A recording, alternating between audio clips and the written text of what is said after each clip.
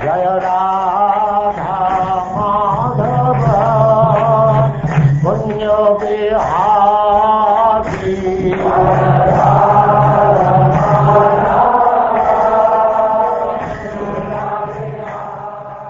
And now chapter 66, Paundraka, the false Vasudeva.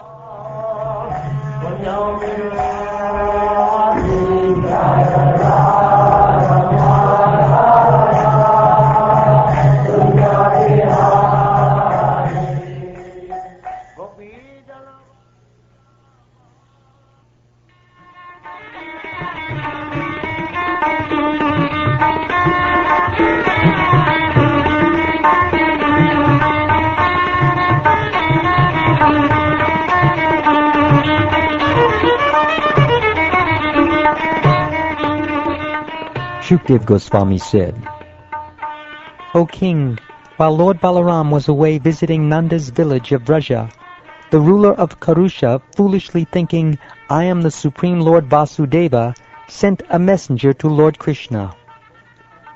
Paundraka was emboldened by the flattery of childish men, who told him, You are Vasudeva, the supreme Lord and Master of the universe, who have now descended to the earth. Thus he imagined himself to be the infallible personality of Godhead. Thus slow-witted, King Paundraka sent a messenger to the inscrutable Lord Krishna at Dwarka. Paundraka was acting just like an unintelligent child whom other children are pretending is a king. Arriving in Dwarka, the messenger found lotus-eyed Krishna in his royal assembly and relayed the king's message to that almighty Lord. On Paundraka's behalf, the messenger said, I am the one and only Lord Vasudeva, and there is no other. It is I who have descended to this world to show mercy to the living beings. Therefore, give up your false name. O Satvata, give up my personal symbols, which out of foolishness you now carry, and come to me for shelter. If you do not, then you must give me battle.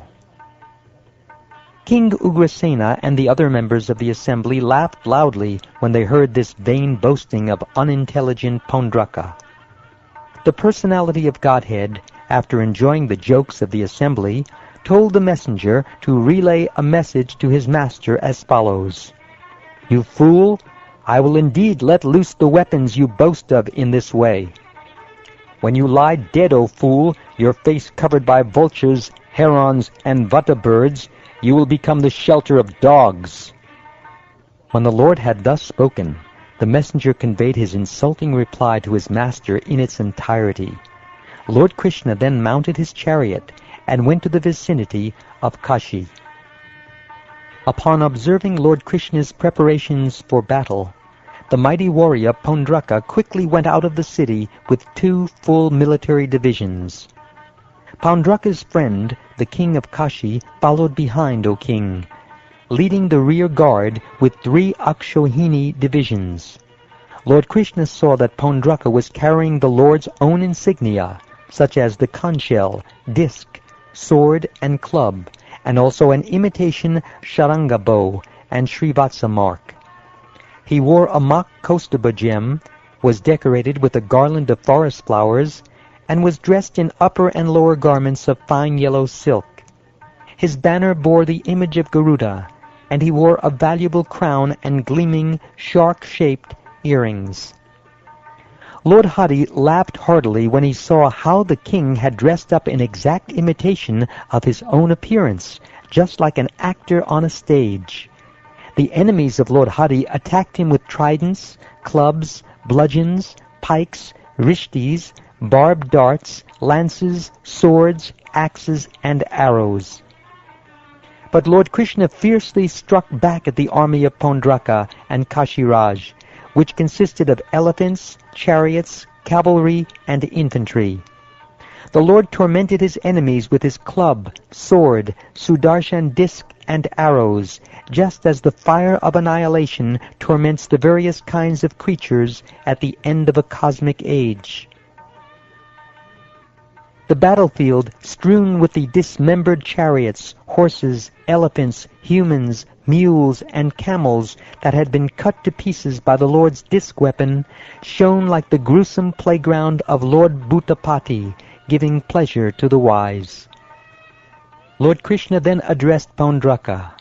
"My dear Paundraka, the very weapons you spoke of through your messenger I now release unto you. O fool, now I shall make you renounce my name, which you have falsely assumed, and I will certainly take shelter of you if I do not wish to fight you." Having thus derided Paundraka, Lord Krishna destroyed his chariot with his sharp arrows. The Lord then cut off his head with the Sudarshan disc, just as Lord Indra lops off a mountain peak with his thunderbolt weapon. With his arrows, Lord Krishna similarly severed Kashiraja's head from his body, sending it flying into Kashi city like a lotus flower thrown by the wind. Having thus killed envious Paundraka and his ally, Lord Krishna returned to Dwarka. As he entered the city, the Siddhas of heaven chanted his immortal nectarine glories. By constantly meditating upon the Supreme Lord, Paundraka shattered all his material bonds. Indeed, by imitating Lord Krishna's appearance, O king, he ultimately became Krishna-conscious. Seeing a head decorated with earrings lying at the gate of the royal palace, the people present were puzzled. Some of them asked, "What is this?" And others said, "It is a head, but whose is it?" My dear king, when they recognized it as the head of their king, the Lord of Kashi, his queens, sons, and other relatives, along with the citizens of the city, began to cry pitifully, "Alas, we are killed! O my lord, my lord!"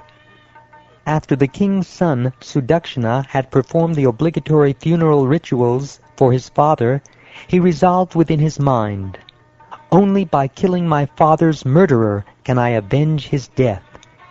Thus the charitable Sudakshana, together with his priests, began worshipping Lord Maheshvara with great attention. Satisfied by the worship, the powerful Lord Shiva appeared in the sacred precinct of Avimukta and offered Sudakshana his choice of benedictions. The prince chose as his benediction a means to slay his father's killer. Lord Shiva told him, "Accompanied by Brahmins, serve the Dakshinagni fire, the original priest, following the injunctions of the Abhichara ritual. Then the Dakshinagni fire, together with many pramatas, will fulfill your desire if you direct it against someone inimical to the Brahmins."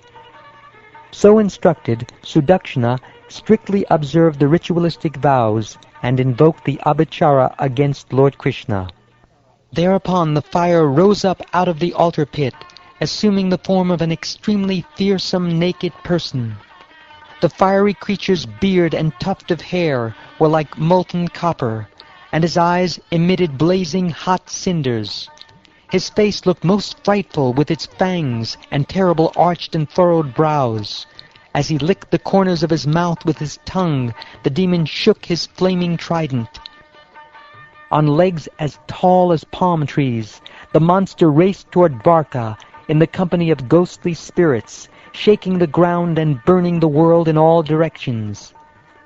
Seeing the approach of the fiery demon created by the Abhichara ritual, the residents of Dwarka were all struck with fear, like animals terrified by a forest fire.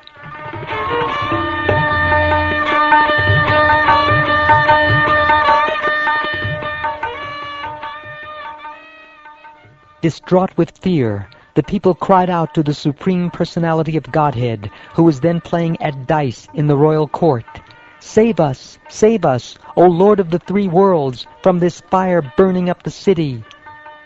When Lord Krishna heard the people's agitation and saw that even his own men were disturbed, that most worthy giver of shelter simply laughed and told them, "Do not fear, I shall protect you." The Almighty Lord, the internal and external witness of all, understood that the monster had been produced by Lord Shiva from the sacrificial fire. To defeat the demon, Krishna dispatched his disc weapon, who was waiting at his side. that Sudarshan disc weapon of Lord Mukunda blazed forth like millions of suns. His effulgence blazed like the fire of universal annihilation, and with his heat he pained the sky, all the directions, heaven and earth, and also the fiery demon. Frustrated by the power of Lord Krishna's weapon, O king, the fiery creature produced by black magic turned his face away and retreated. Created for violence, the demon then returned to Varanasi, where he surrounded the city, and then burned Sudakshana and his priests to death, even though Sudakshana was his creator. Lord Vishnu's disc also entered Varanasi in pursuit of the fiery demon, and proceeded to burn the city to the ground, including all its assembly halls and residential palaces, with raised porches, its numerous marketplaces, gateways, watchtowers, warehouses, and treasuries, and all the buildings housing elephants, horses, chariots, and grains. After burning down the entire city of Varanasi, Lord Vishnu's Sudarshan Chakra returned to the side of Sri Krishna, whose actions are effortless.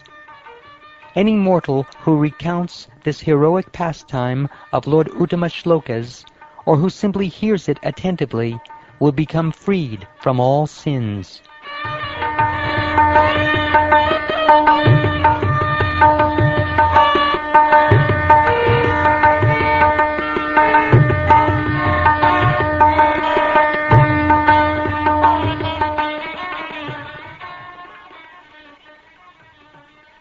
Thus ends the 66th chapter of the 10th canto of the Śrīmad-Bhāgavatam, entitled Paundraka, the False Vasudeva.